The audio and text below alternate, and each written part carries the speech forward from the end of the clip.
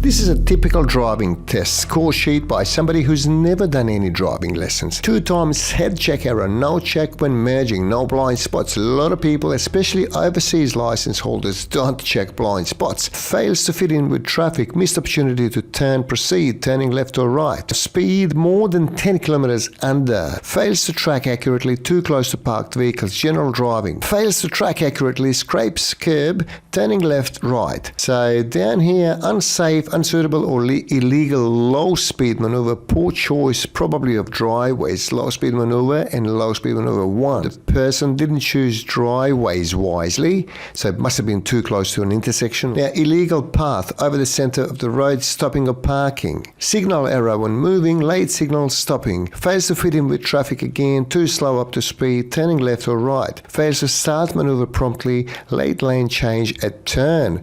Down here, head check error again, so no blind spots when merging, so you have to do blind spots when merging. There's no substitute for it. Head check error, no check before overtaking parked vehicle. The same thing, a lot of people neglect merging and, overtaking. Signal error when moving, no signal around parked vehicle, disobeys stop, give way, or, regulation, stops and has right of way, general driving. More than 10 kilometers under again, so, you shouldn't be too cautious. Fails to stabilize vehicle, abrupt steering, turning left and right. Fails to stabilize vehicle, abrupt steering, roundabout again. 2 times steering and gear clutch brake error, hand position on steering wheel under rim steering. You shouldn't have your hands on the bottom half of the steering wheel. Take professional lessons before your driving test. That way the instructor will assess your skills and give you the best advice. I recently evaluated a few candidates that I haven't previously had for lessons, and the majority of them would not meet the standard if they had a driving test on that day. As always, feel free to ask any relevant questions in the comment section below. Thanks for watching and drive safely.